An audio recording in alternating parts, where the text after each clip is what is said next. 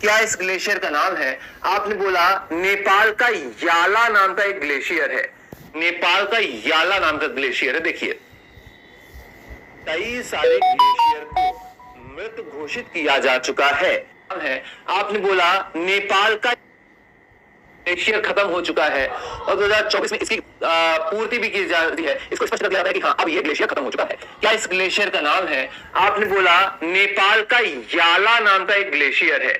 नेपाल का याला नाम का ग्लेशियर है। देखिए, कई सारे ग्लेशियर को मृत घोषित किया जा चुका है, लेकिन ऐसा पहली बार एशिया के अंदर हुआ है कि कोई ग्लेशियर मृत घोषित किया गया है।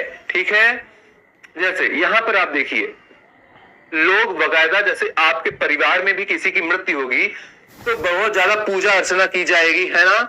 उसी प्रकार से यहाँ पर ये सारे लोग बैठ करके, ये नेपाली समुदाय के लोग हो जाते हैं, ये बैठ करके इस ग्लेशियर का अंतिम संस्कार कर रहे हैं, जिसको आप फ्यूनरल बोलते हैं, है ना। नेपाल याला glacier becomes first in Asia to receive funeral ceremony. Nepal का याला ग्लेशियर एशिया में अंतिम संस्कार करने वाला पहला ग्लेशियर बना। यहां पर भी आप देख सकते हैं, नेपाल याला glacier in Langtang has officially been declared dead. इसको आधिकारिक, ऑफिशियल मतलब आधिकारिक, ऑफिशियल तरीके से इसको मृत अर्थात डेड घोषित कर दिया गया है, marking a significant and symbolic loss in the global climate crisis.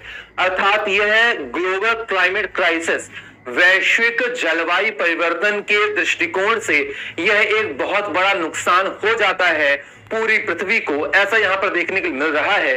It is the first glacier in Asia to receive a memorial plaque, अर्थात यह है स्मारक पट्टिका प्राप्त करने वाला, मृत स्मारक पट्टिका प्राप्त करने वाला एशिया का पहला यह ग्लेशियर हो जाता है। यह भी यहां पर लिखा हुआ है, the Yala glacier has lost 66% of mass and retreated 784 metres since the 1970s, अर्थात 1970 के आसपास से यह जो याला ग्लेशियर है अपना 66% द्रव्यमान खो चुका है, साथ में अपना जो क्षेत्रफल है वह भी 784 मीटर खो चुका है, ऐसी यहां पर बात की जा रही है। ठीक है,